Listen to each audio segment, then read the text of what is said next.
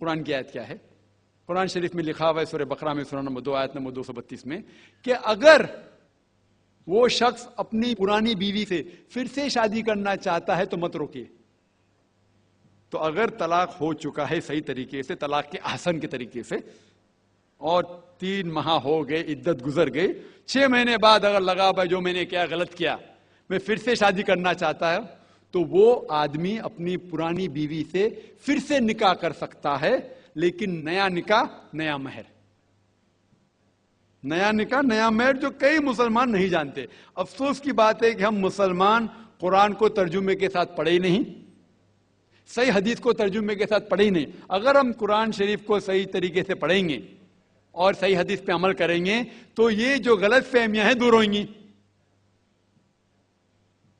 اور پھر سے اگر شادی ہوئی، پھر سے آپ ساتھ میں رہ سکتے، پھر سے پرابلم ہوا تو پھر طلاق دو، پھر 3 ماہ رکو، پھر سے الگ ہو جاؤ، پھر سے آپ چاہتے پھر سے شادی کر سکتے.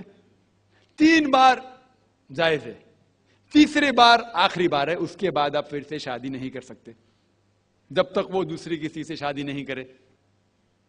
لیکن میں نے اپنی زندگی میں ایک بھی شخص میرے زندگی میں نہیں آیا جو طلاق کے حسن کیا، صحیح طریقے سے طلاق دیا، علیحدہ ہو گئے، پھر نکاح ہو گیا، پھر علیحدہ ہو گئے، پھر نکاح ہوا، پھر علیحدہ ہوا. میں نے کوئی بھی شخص میرے زندگی میں پورے دنیا میں ایسا شخص کے بارے میں سنا ہی نہیں جو صحیح طریقے سے کیا اور بچھڑ گیا، پھر سے شادی کی، پھر سے بچھڑ گیا، پھر سے نکاح کے، پھر بچھڑ گیا، پھر شادی کرنا چاہتا ہے. اگر آپ صحیح طریقے سے قرآن کے اوپر عمل کریں گے تو یہ نوبت آئیں گی نہیں. اور کچھ لوگ جو اسلام کو مذاق بنائیں اور کیا کہتے کہ اچھا اگر ایک ساتھ میں دے دیے، 3 طلاق دے دیے، ہو گئی، ابھی کیا حلالہ کرو. قرآن کہتا ہے 3 طلاق ایک ساتھ میں بھی دیں گے تو ایک ہی ہوتی ہے. محمد صلی اللہ علیہ وسلم کے وقت پہ 3 بھی ایک ساتھ میں دینا ایک ہی ہوتا تھا. حضرت ابو بکر کے ٹائم میں بھی 3 طلاق ایک ہی ہوتا تھا. حضرت عمر کے دور میں لوگ جو کہتے 3 طلاق 3 ہوتی ہے، کئی علماء کہتے ہیں کہ ان نے یہ اپنے فتوے پہ رجوع کیے اور انہیں افسوس تھا کہ یہ فتویٰ انہیں دیے، اور کئی لوگ کہتے نہیں ان کا فتویٰ صحیح تھا. اس میں امت کا اختلاف ہے. لیکن اگر قرآن کی روشنی میں دیکھیں گے تو 3 طلاق ایک ساتھ میں بھی دیں گے تو ایک ہی ہوتی ہے. حضرت عمر کے دور میں رضی اللہ عنہ انہوں نے کہا تھا کہ ہم اسے کہہ نہیں سکتے کیا وہ غلط ہے، لیکن علماء یہ کہتے ہیں، مثال کے طور پر ابن تیمیہ، شیخ ابن تیمیہ، وہ کہتے ہیں کہ یہ حضرت عمر میں اللہ بھی پلیز رضی اللہ عنہ، وہ محمد صلی اللہ علیہ وسلم نے جو کہا اس کے اوپر نہیں ہے، اسی لیے ہمیں بات ماننا چاہیے قرآن اور اللہ کے رسول کی. اس کے اندر حضرت عمر میں اللہ بھی پلیز رضی اللہ عنہ انہوں نے رجوع کیا، اسی لیے وہ کہتے کہ 3 طلاق بھی ہوئیں گی تو ایک ہی ہوتی ہے، 3 نہیں ہوتی. اس میں امت کا اختلاف اس لیے ہے کہ ہم نے قرآن پڑھے ہی نہیں. ہم اگر قرآن پڑھیں گے صحیح طریقے سے اور جانے، کئی لوگ یہ سمجھتے ہیں کہ طلاق کے لیے 3 بار بولنا ضروری ہے، اگر 3 بار نہیں کہیں گے طلاق ہوتی ہی نہیں. وہ ان کی نادانی ہے، وہ ان کی جہالت ہے. تو ہمیں کیا کرنا چاہیے؟ یہ میڈیا اچھال رہی ہے، ہم مسلمانوں کو یہ طلاق کا طریقہ جو صحیح طریقہ ہے طلاق کے احسن، اس کو عام کرنا چاہیے اور یہ کہنا چاہیے کس بنیاد پہ طلاق دی جا سکتی ہے، کب دی جا سکتی ہے، کیسے موقع پہ دی جا سکتی ہے، دینا چاہیے کہ نہیں. تو یہ سب اگر ہم مسلمان عام کریں گے تو انشاءاللہ یہ اختلاف جو امت میں ہے وہ نہیں رہیں گا اور میڈیا اسے اچھال رہی ہے. تو ناظرین کرام، آپ لوگوں نے یہ ویڈیو دیکھ لی. اس عورت نے اس پنڈت سے جو سوالات کیے شیخ، سید اور پٹھان کے متعلق، اس کے بعد جو ڈاکٹر ذاکر نائک صاحب نے جواب دے دیا، بہت اچھے جوابات دے دیے. اس سے بھی ایک کویسچن ہو گیا، سوال ہوا کہ جو ہے نا یہ جو ہے نا اسلام کے اندر ذات پات یہ تو نہیں ہے نا. اور پھر اس کے بعد ڈاکٹر ذاکر نائک صاحب نے جو جوابات دے دیے، ایک آیت اس نے جو ہے نا ذکر فرمائی کہ اللہ رب العزت نے جو قبیلے بنائے ہیں یہ اس لیے بنائے ہیں کہ آپ لوگ اس کے ذریعے سے تعارف کروا سکے، وہ فلاں قبیلے سے ہے، وہ فلاں قبیلے سے ہے. تو اس اعتبار سے ہے، ورنہ یہ نہیں کہ ایک دوسرے کے اوپر آپ جو ہے نا اپنے آپ کو بڑا سمجھے، بطور فخر، بطور جو ہے نا دوسرے کو ذلیل سمجھنا، دوسرے کو کمتر سمجھنا. اسلام کے اندر یہ نہیں ہے. ان اکرمکم اللہ رب العزت کے نزدیک زیادہ محبوب اور باعزت وہ انسان ہے جس کے اندر زیادہ تقوی ہو، جو زیادہ اللہ سے ڈرنے والا ہو، جس کے دل کے اندر خوف ہو۔ تو جو بھی انسان اللہ سے ڈرتا ہے، اللہ سے خوف کرتا ہے، گناہوں کو چھوڑتا ہے، تو یقیناً یہ اتنا ہی اللہ کے قریب ہے اور یہ اتنا ہی اللہ کے محبوب بندہ ہے، یہ باعزت ہے، یہ شرف والا ہے، یہ ایسا آدمی ہے کہ اس پر فخر کیا جائے۔ تو ایسے شریعت نے جو ہے نا اس کو جو ہے نا فضیلت دی ہے، درجہ دیا ہے جس کے اندر پرہیزگاری ہو۔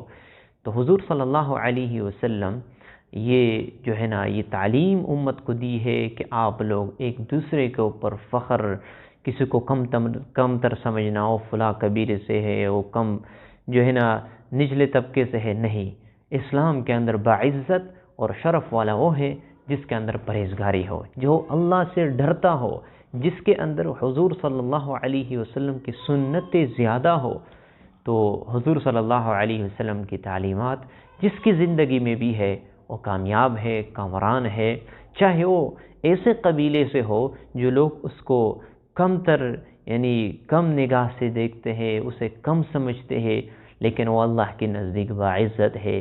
قیامت کے دن ایسے لوگ جس کے اندر تقوی ہو، پرہیزگاری ہو، حضور صلی اللہ علیہ وسلم کے طریقے کے مطابق اس نے زندگی گزاری ہو، وہ قیامت کے دن انبیاء علیہ السلام کے ساتھ اٹھیں گے، شہداء کے ساتھ اٹھیں گے، صالحین کے ساتھ اٹھیں گے، صدیقین کے ساتھ اٹھیں گے۔ یہ کتنی شرف کی بات ہے کہ یہ کہا جائے کہ فلاں بن فلاں سعیدہ ایسے کامیاب ہو گیا کہ اس کے بعد وہ ناکام نہیں ہوگا۔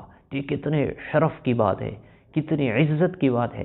علی رؤوس الخلائق، سارے جتنے بھی اولین اور آخرین یعنی آدم علیہ السلام سے لے کر قیامت تک جتنے بھی انسان آ چکے ہیں، پیدا ہو چکے ہیں، اس کے سامنے ایک ایسے آدمی کو بلایا جائے گا جس نے حضور صلی اللہ علیہ وسلم کی اتباع کی ہو، اس کے مطابق اپنی زندگی گزارے ہو، اور اس کو جب یہ اعلان ہوگا کہ انہو سعیدہ، کہ وہ کامیاب ہو گیا، ایسے کامیاب کہ پھر ناکام نہیں ہوگا، تو یہ عزت ہے، یہ عزت ہے کہ وہ فلاں قبیلے سے ہے، وہ فلاں نہیں۔ عزت والا شخص وہ ہے جس کے اندر تقوی ہو، جس کے اندر اللہ کا خوف ہو، جو ایک دوسرے کے ساتھ رحم کا برتاؤ کرے، رحم کا معاملہ کر لے، دوسرے کا حق نہ کرے، دھوکہ نہ دے دے، بددیانتی نہ کرے، اور مسلمانوں پر رحم کرے، انسانیت پر رحم کرے۔ ارحموا من فی الارض، حضور صلی اللہ علیہ وسلم کا ارشاد ہے زمین کے اندر جو کچھ ہے اس پر آپ رحم کرو۔ یہ نہیں کہا کہ مسلمانوں پر رحم کرو، یہ نہیں کہا انسانوں پر رحم کرو، یہ نہیں کہا کہ فلاں جانوروں پر آپ رحم کرو، نہیں، ارحموا، جو زمین کے اندر ہے اس پر آپ رحم کرو، چاہے انسان ہو، چاہے درندے ہو، چاہے پرندے ہو، چاہے مسلمان ہو، چاہے کسی طبقے سے تعلق رکھنے والا کوئی بھی ہو، اس پر آپ رحم کرو، اللہ رب العزت آپ پر رحم فرمائیں گے۔ تو ناظرین کرام، امید کرتا ہوں آپ لوگوں کو یہ ویڈیو پسند آ چکی ہوگی۔ ملتے ہیں انشاءاللہ نیکسٹ ویڈیو میں، تب تک کے لیے اجازت چاہتا ہوں۔ السلام علیکم۔